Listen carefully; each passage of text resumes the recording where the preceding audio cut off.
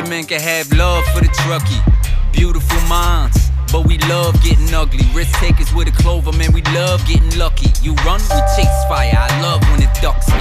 Tones go off, house watch, read the address out. 1075, get up off the magic couch. 500 gallons prepared for the baddest drought. Who else you want on the way when disaster's out? Can't even get a little bit rattled when you enter with exit apparel. Mayday, member down, they'll drag you. You won't get this from every Tom, Dick, and Harry, but here's a view from the top floor with Mickey Farrell. What's up, guys? Thanks for coming back to another episode of A View from the Top Floor.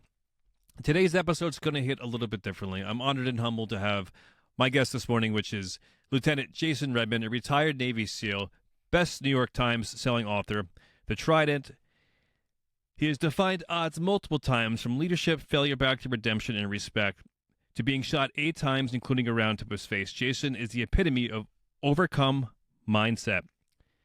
He speaks from the heart, he speaks humility, and he speaks in a way that I think that not only the fire service needs to dial into and understand, but growing up in today's world, we need people like Jason to lead by example, to lead through humility and say it's okay to make mistakes, it's okay to move forward, and it's okay to learn from these mistakes. So tune in, check out the show, and if you don't know Jason's full story, you can find on the Sean Ryan Show, episode number 32, and on Jocko 163, 2 great interviews where they really dive into his story, especially the Jocko episode. He reads passages from his book in the regular Jocko style. So if you're into the cliff notes of books rather than actually reading a book, which I do highly recommend reading his book, The Trident, but Jocko dives into some of those passages that can really bring you to Jason's story. All right, guys, I hope you enjoyed the episode. Thanks. All right, Jason, again, thanks for taking the time to come on the show. Let's just jump right into this. So I have been following you from afar for quite some time. And that said, your way of looking at life through humility is something that resonates with me throughout my career. And I think it's something that in the fire service in general, it doesn't really resonate with certain people when it maybe should, if that makes sense, especially within leadership. So again, just thanks for coming on, man. Yeah, honored to be on. Thank you. So you did a post a couple weeks ago, about a week ago now, and it really spoke to me, and it spoke to a lot of guys in my job, and it kind of got somewhat viral within the fire service. So this may offend you, but I believe standards matter, and we are losing that in this country. I speak to a lot of fire, law enforcement, and military events, and I noticed a disturbing trend in many of the fire, law enforcement, military conferences and association events I'm attending. I noticed the same trend in every event. At least 20% of the audience is grossly out of shape, which tells me, why are we not holding people accountable to these standards? I've heard of many big cities politicians feel it is unclear, even discrimination too, reject people they are physically unable to meet physical job requirements placed on law enforcement and fire profession. So we should lower the standards to allow everyone to have a chance.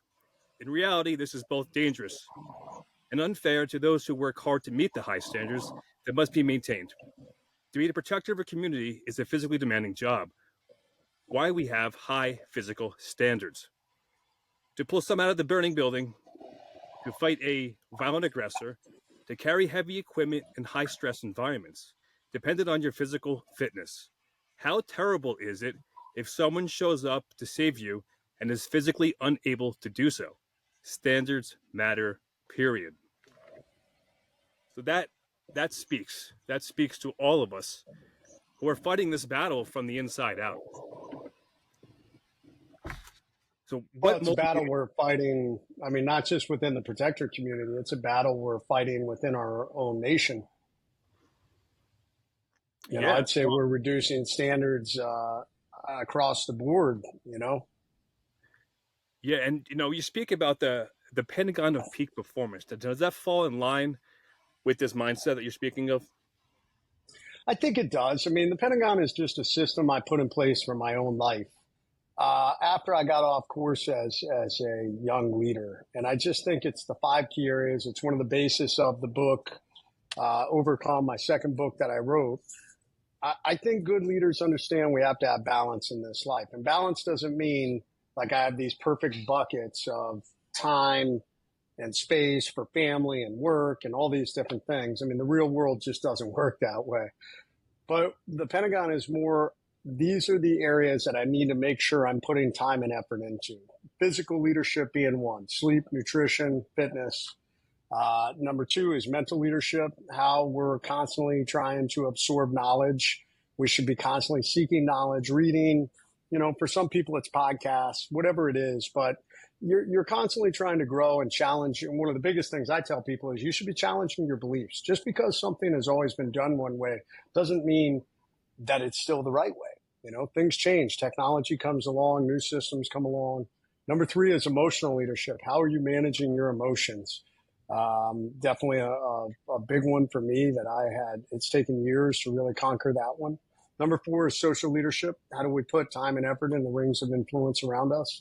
And number five is spiritual leadership. So how do we get outside of ourselves, get perspective beyond the world that we're in, especially our own individual world. Most of us live in our own world and, oh, woe is me, my problems are the worst problems, which is kind of a funny thought when there's 8 billion people on the planet. And, there are people that are born into poverty, slavery, war zones.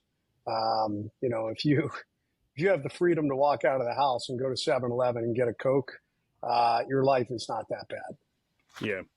Let's go back to the emotional leadership. I think that's something that when we're talking about the peak performance of operating under stress, which is something obviously you're extremely familiar with, and I think it's something that we're not really teaching in the fire academies or in the law enforcement academies early on into our careers. I think that emotional stress, how that affects our ability to perform within that moment. Well, and let's take it full circle back to the beginning to physical leadership, because here's the reality. I tell everybody physical leadership is the foundation, because it's very hard to have strong emotional leadership, mental leadership, social leadership, spiritual leadership if your physical leadership is terrible. I don't care who you are as a human. If this machine you walk around in doesn't operate at a decent level, meaning you are cognizant of it, that you work it, you put it through its paces and you make your machine work well, everything else is built on top of that. So if in the middle of a high stress situation, you are so gassed because your machine is not working well, because you haven't trained it to, your emotional leadership is going to be weak. That's the reality. To be an effective leader in any situation, much less a high stress situation where lives are dependent on your decisions and dangerous things are happening around you. That's why it's so critical. And that's why I'm so adamant about this in the protector community. Your teammates' lives depend on your fitness. And really the people that you should be going to save. I mean, when you're reporting to a fire or you're reporting to a dangerous situation as a law enforcement officer, or in our case, I mean, if you look at it from a military perspective, your fitness is what can make the difference, especially to save someone, or God forbid, one of your teammates or fellow firefighters. I mean, how terrible would that be if something happened and you were unable to save your teammate because your fitness wasn't at the level that it should be? Yeah, it's something I hear you say over and over again is lead yourself. And when we talk about leaders, especially in the fire service, I think we have to remember that leadership isn't necessarily the leader or the officer per se. It's leadership comes from within that company. And I'm sure with you in the military, leadership came from within, but it also comes from leading yourself. And if we're not able to perform physically, what's that cutoff point for the mental stress when that's added to it? So do you think that having that physical capability can override the mental side of it when you're introduced to the stress and things kind of tend to go the wrong way sometimes? Well, I think that the mental gets built on the physical.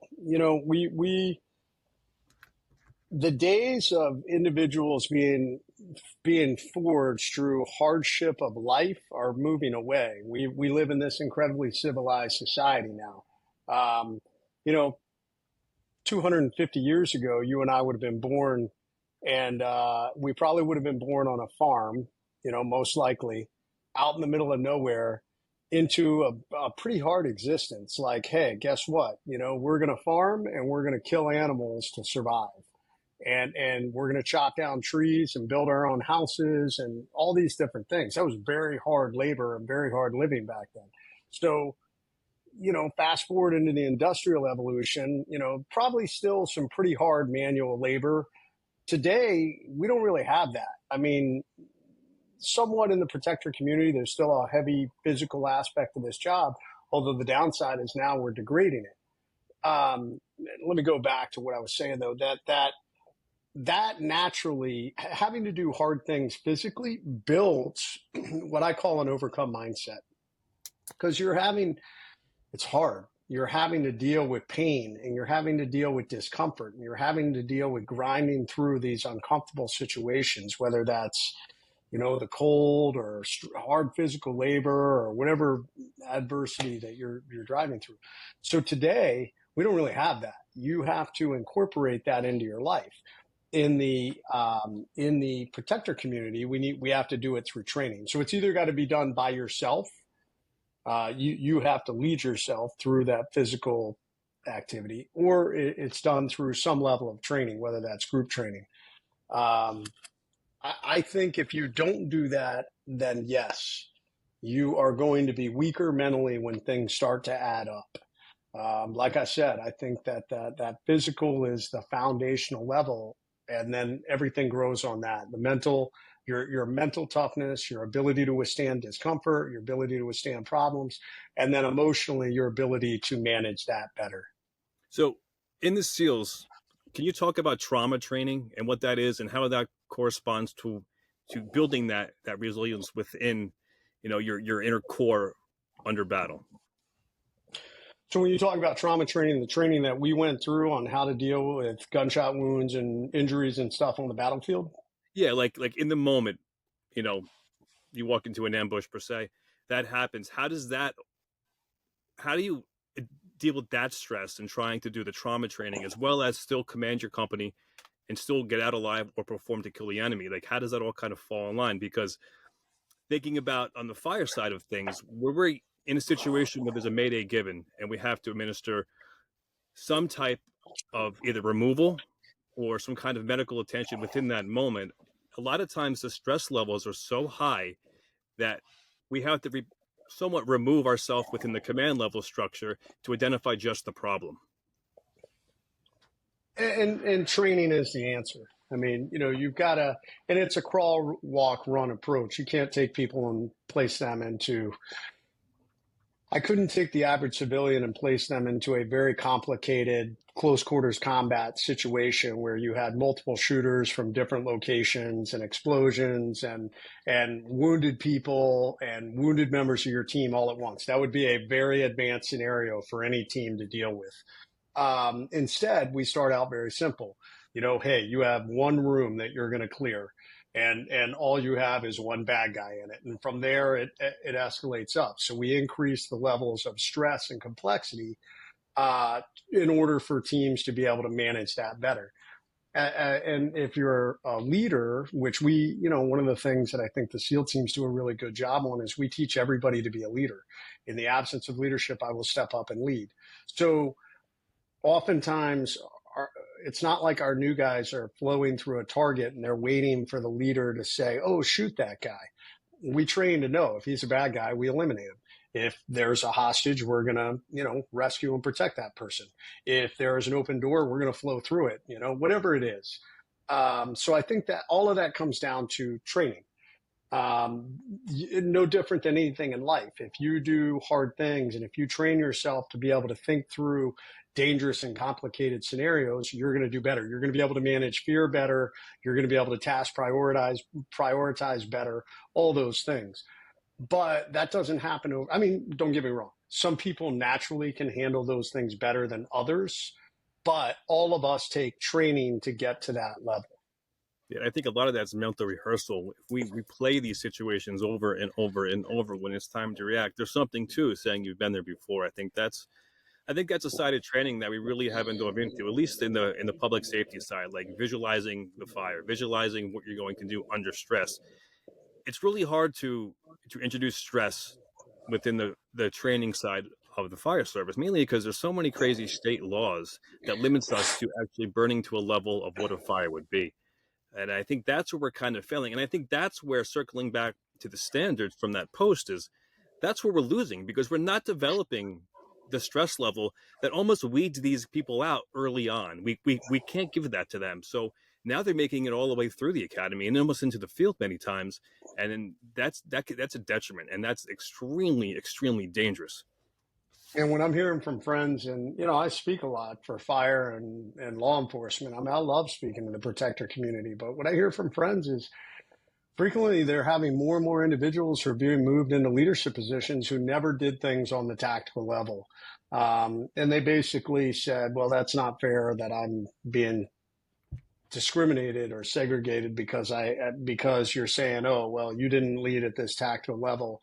So they get put into these positions where they don't have that background. So they're not enforcing the training that needs to happen, which, once again, just like I wrote in that post, I think that's dangerous. It's dangerous for our citizens, with the police and fire services that we're putting out there. And the worst thing, it's dangerous for you guys. It's dangerous for the guys doing the job. So I think that's a problem. I think that we truly need to make standards matter.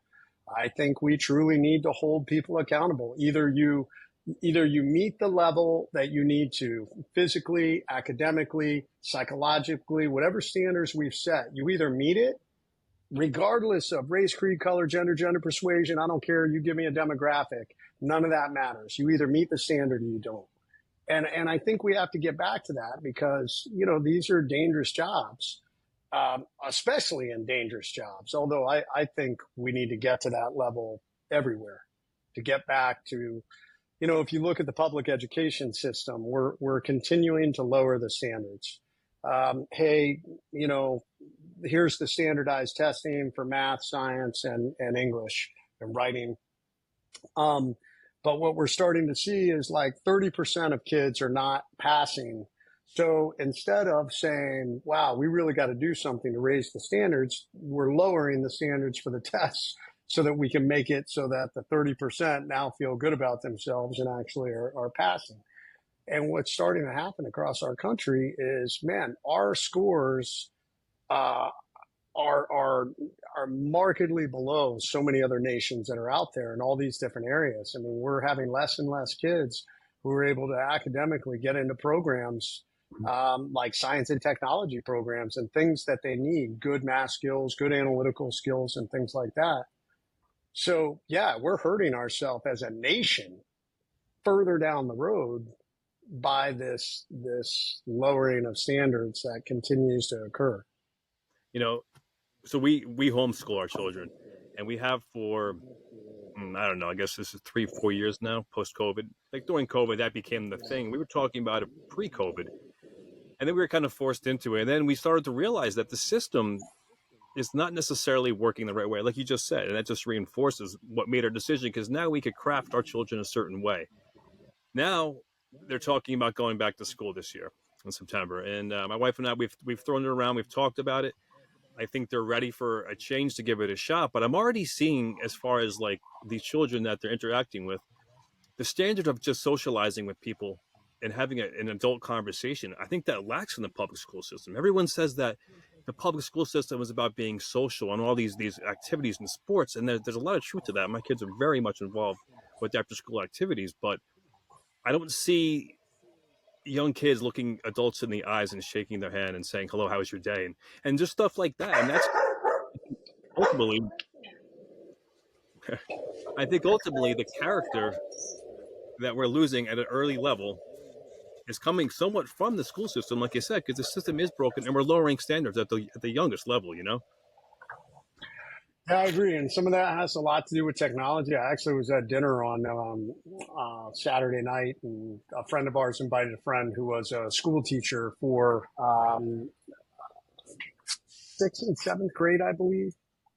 And he was talking about the problem with phones that all these kids have their phones in the classroom and that the teachers are not allowed to take their phones away. It's like one of their rights to have their phone. But what happens is they're constantly on their phones. They're constantly texting with their friends, which once again becomes you nailed it. It becomes a socialization issue. I talk about the fourth level of the Pentagon as social leadership. So how do we build our rings of friends? How do we communicate? How do we do these things? And one of the things that I did with my kids was over the years, and thankfully I was blessed after I got injured, we went to a lot of events. And I would bring my kids to most of them so that they could learn how to socialize, how to have small talk, how to talk through things. And a lot of kids aren't getting that. Their only form of communication is through this device right here. I went and spoke to the Marine Corps several years ago, and the Marines were having, and a lot of the military, I think, is having a big mental health crisis in their younger warriors. And part of the problem they were talking about is when kids come through boot camp, before they go to boot camp, they've lived their life in this. And now they do take this away when they go to boot camp, but as soon as they get out of boot camp, they get this back. And what happens is instead of assimilating into the new culture that they're a part of, Marine Corps, Army, Navy, Fire Service, they go right back to the old network they were in. So now they sit in their rooms and they're on their old network and they're not assimilating into the new culture and organization that they're a part of. They don't know how to socialize and become a part of it. So it's a real challenge today. Like, how do we encourage the future youth of America to once again build real relationships with humans instead of this virtual world we're living in? I mean, it's as simple as you're in the firehouse, you're at the kitchen table. I'm sure you hear about the kitchen table, right? And that's where all the ball breaking goes on. The learning, the fun, the tears, the laughter, all that's all in the kitchen. And now the tones go off and you go out the door. You have to be able to interact with the community, right? We can't text what's the problem. You have to be able to communicate and talk. And I think that, again, going back from all the way from elementary school, pushing up into the fire academies today is what I'm seeing is just that. And there's just no adult interaction per se. And adult meaning not an age group, just the understanding that you're coming onto this job, you have to act like a professional. Do you see that in the Navy today, or is it the standard still there in the Navy? I can't speak for that because obviously I've been retired for over, a decade at this point.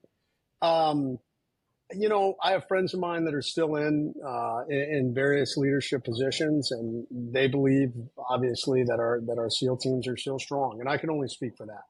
I know that the military as a whole is struggling with some of that, the network generation that's coming up.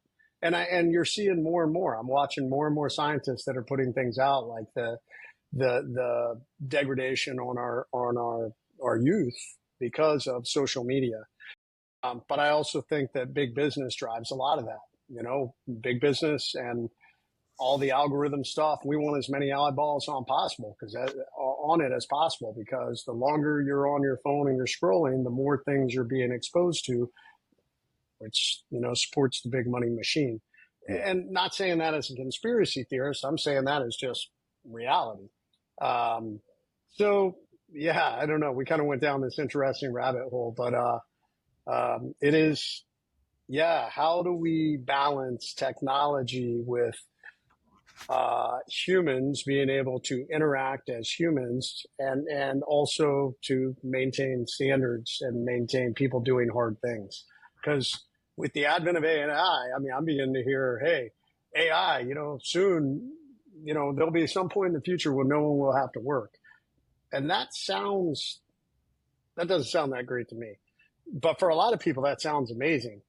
But I think humans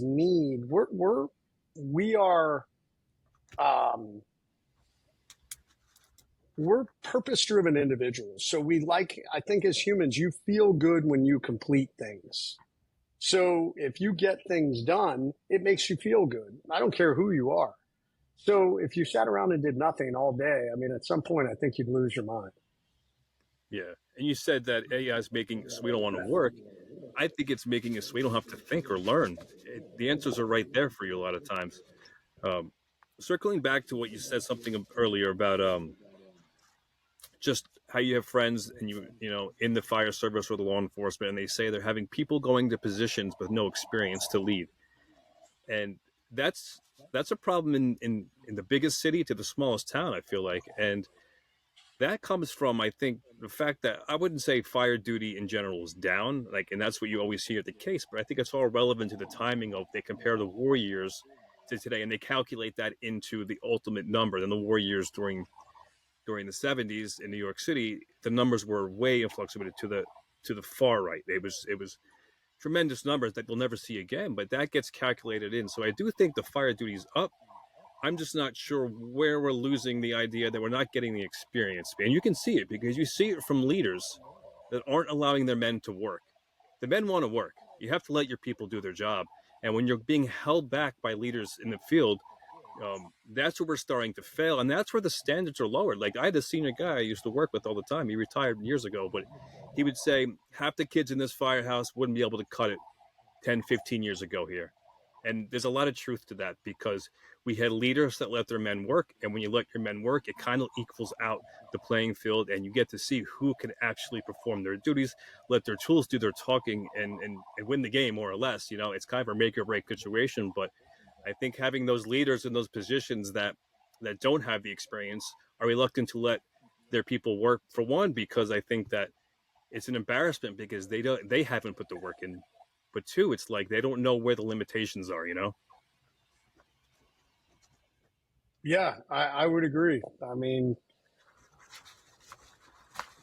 you saw the difference between individuals who, and it is, you saw the difference between individuals who obviously had the experience, especially coming out of the war, individuals who had been in combat and they had understood the complexities of it. And I think I definitely learned my lessons I talk about in this book. I wanted, in my first book, how much I wanted to get into a gunfight. And I think, you know, all warriors want to prove themselves, but I think that's a hard line for leaders. Like, hey, we don't want to recklessly put guys into harm's way just because we want to get into a gunfight. Like, we need to have a good reason. It needs to be justified. We obviously need to have a good plan. And I think leaders with experience can see that. I guess the flip side of the coin is leaders without experience may, A, put their guys in dangerous situations that they shouldn't be in, or B, out of fear, because they don't have the experience, not allow them into that situation because they don't know how to manage it. So I think it's a double problem, which, once again, I feel like, you know, how do we set the standards of, hey, here's the minimum requirements to hold this job. If you are a fire chief or a fire lieutenant, here's the minimum requirements. I mean, that's how it was in the SEAL teams. And it didn't necessarily mean, you know, obviously we go through different phases. I mean, if you look at it in the military, we have peacetime and wartime. So I came in 92. There wasn't a whole lot of combat that was happening up until 9/11. So there was a lot of training, not as much combat. And then all of a sudden, 9/11 forward, it became like all combat. But for us, there was a very set pipeline, and it's still to this day, that guys had to go through. You could not become platoon chief, which is, you know, one of the pinnacle leadership positions for an enlisted SEAL, without having done multiple other jobs prior to that. You had to successfully complete those jobs. Same thing as an officer. There were specific jobs that prepared you for those positions that you had to successfully complete. If you did not successfully complete them, you could never do that job. They would never place you in a, well, let's just hypothetically say you could never be the commanding officer of a SEAL team if you never did a platoon commander position. If you never successfully did that position, that would never happen, ever, because you didn't successfully complete the pipeline that we had established for that. So when did you realize that you were a leader? You know, we could talk about being a leader. We want to be leaders, but when did you know for sure inside yourself that moment where you're like, you know what, I got this. I am a good leader. These guys are following me. Now, I know your story, and I think many of us know your story, but I know it was jeopardized, that confidence level. But leading up to that moment, where do you think it clicked for you? Where you're like, I understand what I'm doing? Well, I think that was the problem. I think I showed aspirations of leadership. I think I did a lot of good things that that set me up to potentially be a good leader. And I was recommended for commissioning programs and things like that. I think where I lost my way for a while is I started to think of myself as this great leader without continuing to do all the work behind the scenes. I talk about leading yourself. I wasn't effectively leading myself. And I frequently talk to people about this in the seminars and speeches when I talk to fire law enforcement and even corporate companies. I talk about the days of do as I say, not as I do are gone. So you can't, 75% of leadership is your ability to lead yourself. And this is where I got off course. So many people want to say, hey, follow me because I'm the leader. You know, look at this rank I have on my collar. I'm the leader. You should follow me. But if they're not effectively leading themselves, you're going to have a really hard time getting people to follow you. You know, I talked about it, you know, do people follow you because they want to or because they have to? If they follow you because they want to, you are a good leader of yourself. You set the example, you get things done, you're a goal setter, you have structure, you are measured, you're balanced.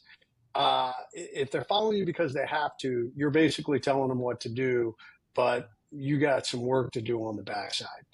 And I had messed all that up and got myself in trouble. And it was when I finally took a step back and said, wow, I really need to reinvent myself as a leader. And thankfully, I had leaders that believed in me and gave me the chance to do that. That my first book, The Trident, is all about that. It is about that, you know, leadership failure as a young SEAL officer and then course correcting and fixing myself. So when did that occur? I would say decisively, there was a moment that occurred over the period. So for SEAL platoons or troops, there is a deployment cycle, and it lasts about 2 years. A year and a half is all training, and then 6-7 months is a deployment. During the height of the war, that meant that deployment was a combat deployment. So when I screwed up as a leader, it definitely took a long time to rebuild my credibility and the respect of the guys. And that occurred slowly through that workup and that training cycle. But I didn't win everybody over. It wasn't until we got into combat, which, as you well know, you know, training's one thing. The real job is the difference. And combat being the great equalizer, in my opinion. You know, and it was there that on a big, very complicated mission in June of 2007 that, you know, we got into a big gunfight and navigated our way out of that pretty well. And a lot of the guys were like, Red did a great job. And I kind of felt like at that moment, I was like, man, you've come full circle. Like, you made good calls. You made the right calls. You made the calls for the guys. It wasn't about you. I actually changed what I was originally doing because it was a bad call. And my team leader said, that's not a good call. And probably the old me would have said, I don't care. You're going to do it. And instead, the newer me said, wow, you're right. That is a bad call. Let's change this and do this a different way. So that was a big defining moment for me. And, you know, driving forward from there. You said the moment you screwed up as a leader. Do you think when you made that decision to go into that valley, you screwed up as a leader, or you just made a decision that jeopardized your platoon or your company? I would say I made a decision that jeopardized my platoon. And the interesting thing is, if I had owned it then in that moment, like right after it all had happened, if I had said, you know what, that was a bad call. It was a call. Even if I had not admitted it was a selfish call driven by I wanted to get in the fight, even if I had just said that was a bad call and learned from it, it wouldn't have been as big a deal.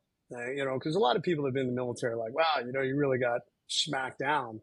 Well, I got smacked down because I fought back so much about it. You know, I stayed adamant that I had not made a bad call, that it was a good call, and that I was just getting thrown under the bus. I took the victim mindset. Oh, you guys don't like me. I'm the victim. And so that's why I think the repercussions were harsher, because I needed to grow up. I needed to be humbled, and I needed to accept ownership for the mistake that I had made. And that took some time. It took some humbling, and to walk that path. So let's fast forward. So you rebuild your commitment from your men. They trust you. You believe your platoon's going to follow you. And then you go into another mission on September 13th, 2007.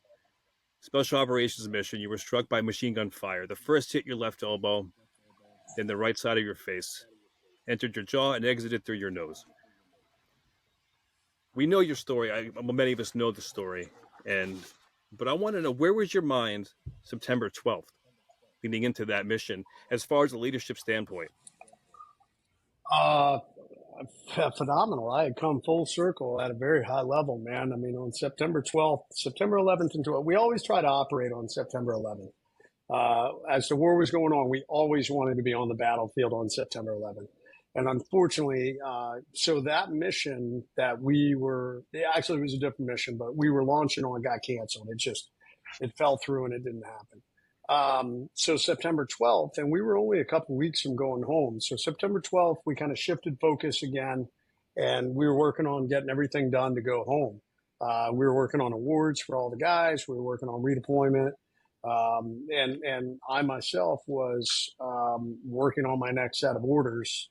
I put in a package to screen for our next tier SEAL team, and that had been approved. So I was super excited about that. I was coming home, which is a big deal. You have to be approved both by your commanding officer and your peers to do that. So that was the other confirmation that, hey, you did a good job. Like you're leading, because they don't let officers go over there if they're not making good decisions and leading well.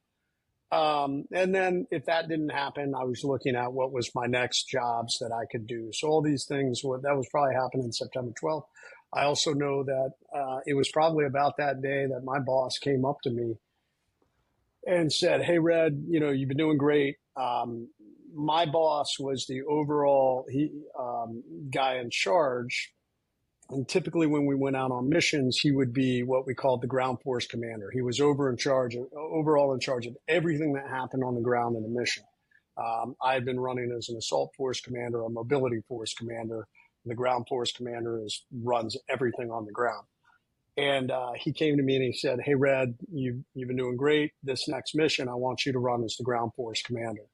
So that was, a big deal. Like, they were preparing me for the next level of leadership as I moved up, and I would have moved into the platoon commander position. And so all those things said, hey, man, you did it. You got your career back on track. You're leading yourself. You're leading effectively. And, it's all good. And then, of course, the mission came down the next day, and he came up to me and said, hey, Red, I know I talked to you about being the ground force commander for this mission, but he said, we knew this was going to be a very hairy mission. It was a very high-level mission, very dangerous. We fully expected very heavy resistance. And he said to me, I don't think this is the mission for you to be the ground force commander on. He said, but you'll be the assault force commander for the actual target takedown. So that's kind of how that unfolded. And so, yeah, that was the day before the big mission. So the events that happened the next day, do you think that where you were the day before has brought you to where you are today with what you're doing and how you're really truly changing not only the future of the Navy SEALs, but you're changing the future of every young warrior out there? Do you think that everything that leading up from the moment in the valley to the day before and then the day of that ambush, do you think that's where you are and why you are who you are today? Yeah, but I think it goes all the way back. I mean, all of us walk different roads in this life. And I think it's the culmination of all our experiences that make us who we are. Usually it's the biggest failures that make you into who you are. Successes are great. But for most people, when we have these high levels of success, what we often ignore are the knockdowns, the setbacks, the failures that came prior to that. And for me, that was, it was a long path from a young kid who basically said, I want to be a Navy SEAL, all the way up until that moment, that I got all shot up on the battlefield. And I would say it even continued beyond that by far. I mean, that wasn't if anything, I mean, I could almost say that, man, that sign on the door. And as a matter of fact, there are some shitty SEALs out there who will say to me, you didn't do anything in your career other than write a piece of paper, which is bullshit and not true. But, you're always going to have naysayers and haters.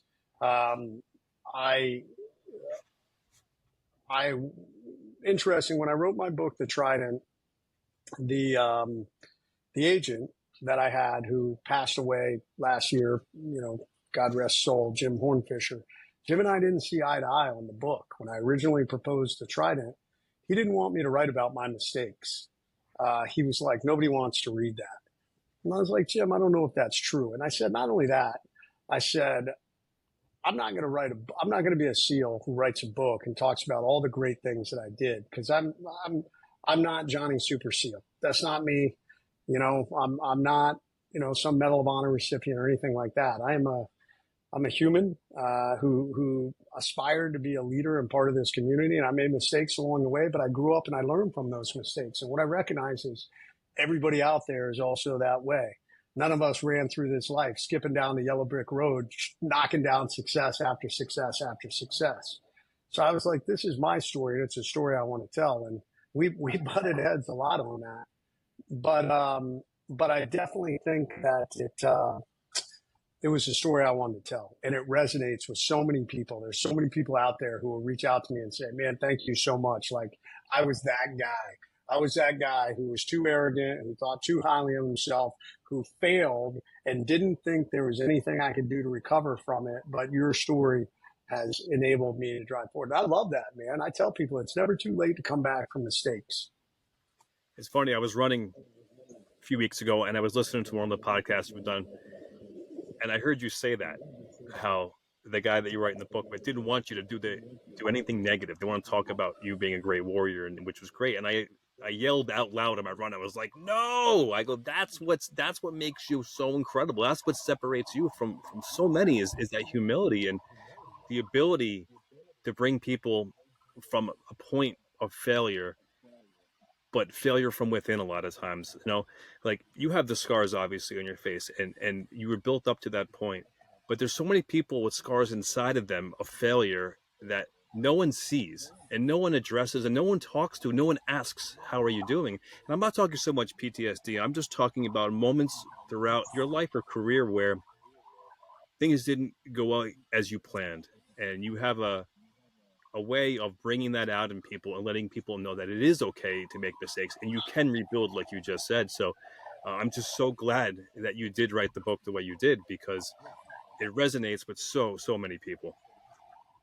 Oh, thank you. And it's funny. There are people on social media that'll write me, and they'll talk about this idea of no fail missions, and they'll bring it into their business, they'll bring it in their life, and they're like, I'll never fail. I'm like, you know what, man, you're living in la la land. Everybody fails at some point. Even members of our top tier units that do no fail missions have failed. That's the reality. But that's the difference, if you accept, we don't live our life planning on failure. I mean, obviously that's not the case. We want to be successful, but everybody's going to fail at some point. That's what an overcome mindset is. That's what I talk about. Your willingness to get up and drive forward. I mean, I think one of the greatest compliments I ever had was at my retirement ceremony where, Vince Peterson, who I write about in the book, in both books, probably one of the best leaders I ever saw in the SEAL teams, spoke at my retirement and said, I was probably one of the only guys he had ever seen who failed and damaged his reputation as badly as I did, and then brought it back up to, leave at such a respected level. So, leadership is a journey with highs and lows. It's also a journey that never ends. You're going to mess up, If you're off course on your journey to be a better leader, look in the mirror. That's first place you should be looking. How well are you leading yourself? Are you meeting all the standards that have been set? Physically, mentally, emotionally, socially, spiritually. Are you meeting all those standards? Because if you're not, you're going to have a hard time leading other people. I'll tell you that right now. And here's the other thing. Deep down inside, you're looking at the mirror knowing, whether you want to acknowledge it or not, that you're not meeting the standards. And that's actually damaging your credibility as a leader with yourself. So, yeah, man, it's not too late. I mean, I'm still not perfect. I still mess up, but I sure try and always, course correct, right back on course. Hey, I'm a little bit off right now. Get back on course. A little bit off right now. Back on course. Yeah. So, Jason, do you want to talk a little bit about the Navy SEAL swim coming to New York City in August? Yeah, so the SEAL Swim, big shout out to Bill Brown. Bill Brown is the founder of the SEAL Swim. It is an absolutely amazing patriotic event for any of you out there in the first responder, fire, military community. Anybody can do it, though. I want to tell you that. Anybody out there, if you are a decent swimmer and you're in decent shape, you can come do the swim. You have to qualify for it. There are qualifications because it's a no joke swim. It's 3.5 miles across the Hudson River, along with about 2.5 miles of a slow run, along with 3 stations that we stop at along the way where you'll do 100 push-ups and 22 pull-ups. So yes, 300 push-ups and 66 pull-ups total. It is probably one of the most patriotic events that I do. And Bill wanted to bring people together for a showing of patriotism, a love for this country, an honoring of New York City where 9/11 happened, and something that brought so many of us together, whether it was in the SEAL teams or the military or fire and law enforcement. It just became this amazing intersection of the protector community. And then he recognized that when we, in the SEAL teams frequently, the same thing in the protector community. I actually just wrote about this on Memorial Day, that some of the most amazing times of my life were celebrating after doing something really hard, something dangerous, something like, holy shit, I can't believe we made it out of that alive, or holy shit, that was the hardest training evolution I've ever done. And having a drink and laughing and that camaraderie that came with that. And Bill wanted to recreate that. He wanted to create something hard. And it is hard. It's about a 3.5 hour evolution.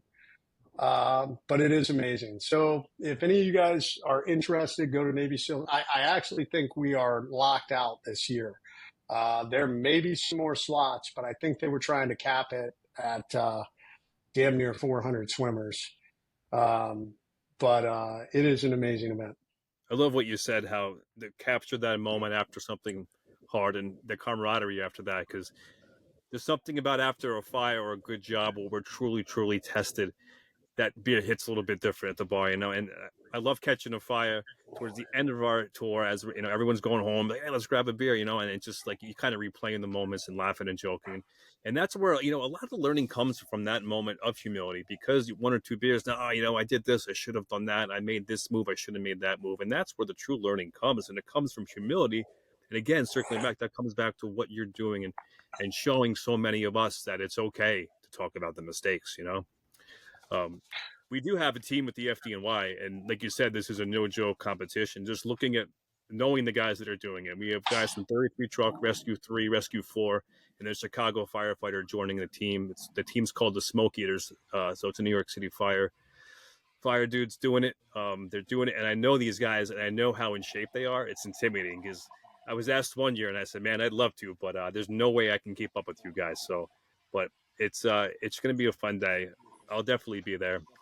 So, like Jason said, if anyone's in New York, it's such a great day of just community, and like you said, bringing everything together from the military to the police.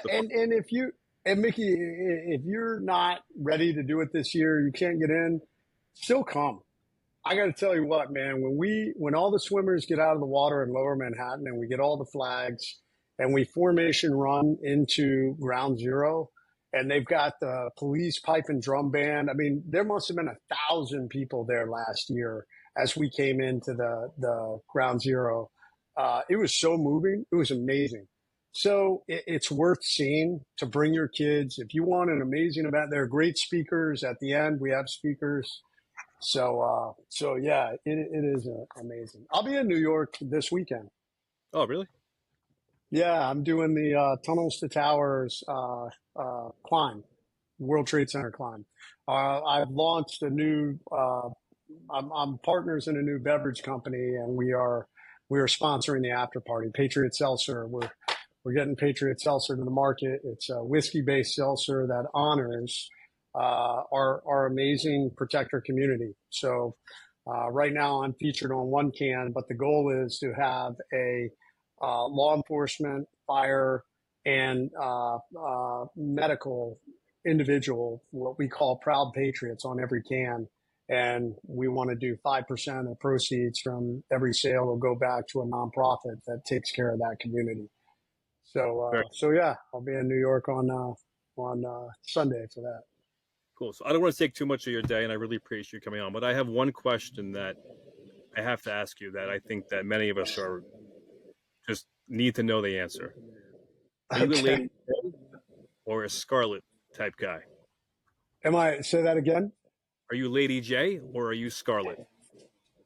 Oh, definitely Scarlet. Yeah, All right. definitely So Scarlet. Come on. Snake Eyes type guy? Yeah, Snake Eyes girl. Come on, man. I mean, yeah, all day long. I've heard you numerous times say how you're a G.I. Joe buff, and I, as well as growing up and a bunch of other guys, we're grown adults sending pictures of old G.I. Joe posts or whatever else we see, but it's just funny. We were talking about that. Did you know anybody that had the aircraft carrier, the USS Flag? I did not. I did not know anyone. I had a lot of the different stuff as a kid, man, but I did not have the aircraft carrier, and I did not know anybody that did. Yeah, my neighbor did. This kid, spoiled brat he was. He had that. He had everything on it. This thing was so big you could actually sit on it and play G.I. Joe, you know? Ridiculous. So yeah, I used to take my stepmom would get so mad at me because I would take the guys apart. I would unscrew them and I would reconfigure. I would make new. Yeah, so it was fun. They don't make G.I. Joe toys like they used to. I tried to get my son to watch the cartoons with me. I'm like, buddy, put this on. You're going to love it. And he's entertained for about 5 minutes, and I find he's out of there, you know? But yeah, well, it's kind of amazing. There's a group called Patriot Force that has made modern day warriors into like G.I. Joe figures. It's pretty cool. So I'm one of them. Tim Kennedy, Sean Ryan. I mean, you name any of your Marcus Luttrell. I mean, any of your big warriors that are out there in the spotlight. Cody Alford. And they're actually making a new line. The original line was kind of small. And they're making a new fully articulated version that's coming out soon, but it's kind of cool. They're more of collector's items. They're expensive per se, but 50% of the proceeds goes back to support nonprofits of choice of the individuals. So like my funds go back to support the SEAL Future Foundation, which is a program that supports SEALs holistically. So yeah, if any of you guys get a chance and you're into that, check out Patriot Force. did you have wetsuit? I did have a wetsuit. Yeah. He was what? I think he was one of the Navy SEALs. I'm not sure who else. Shipwreck was. I don't know if Shipwreck was actually a Navy SEAL or not. Shipwreck was a Navy guy. No, he was just a Navy guy. But although I didn't know what a SEAL was back then, I wasn't that impressed. We were all impressed, obviously, with the Snake Eyes and Storm Shadow. They were the they were the elite. Cool. All right, man, Jason. I really appreciate you taking the time to come on the show, talk about some things that I think that the fire service struggles with, and I'm just so happy that the Where You Are is bringing it out, and it's letting young firefighters especially know it's okay to make mistakes and you can rebuild from those mistakes being made. So thanks so much for your time, buddy. Yeah, man, it's my honor. And I'll tell you what, it's not just young firefighters. It's exciting. I've had some older firefighters who have reached out, not always. There's some that are offended. I hear it, I hear, hey, fuck that guy, frequently. At the comments that I make about holding yourself to a higher standard. But what's also cool is I've had some older chiefs reach out and say, hey, you know what, man? I needed that. I needed that fire to remind me that I needed to hold myself to a higher standard. And I love that because that's leadership. They should have you speak. I mean, you do speak at many conferences and in academies, but I would love to have you speak at the New York City Fire Academy because I think that your message on such a broad scale of so many individuals, I mean, we're the largest fire academy in the world. It could hit so many careers and change them from day one, because circling back to where we started with this was that the outside forces, the civilians, the politicians, they're the one that's changing the standard. It's not necessarily coming from within the fire service, and that's what we're losing because the outside influence is getting too much onto the inside. And that's where we're ultimately going to change the game. And we're going to have to be able to change it back to where we came from. And I think it comes from guys like you getting involved. And I'd love to make that connection somehow, but maybe we'll see where that goes in the future. Yeah, let me know. Obviously, I mean, definitely, I always want to give back. So I do a discounted rate, obviously, for fire, law enforcement, and military. Cool. All right, man. I appreciate your time. Yeah, Mickey. Thanks, brother. Okay. Hey, if anybody's looking for me, jasonredman.com. Good man. Okay, thank you.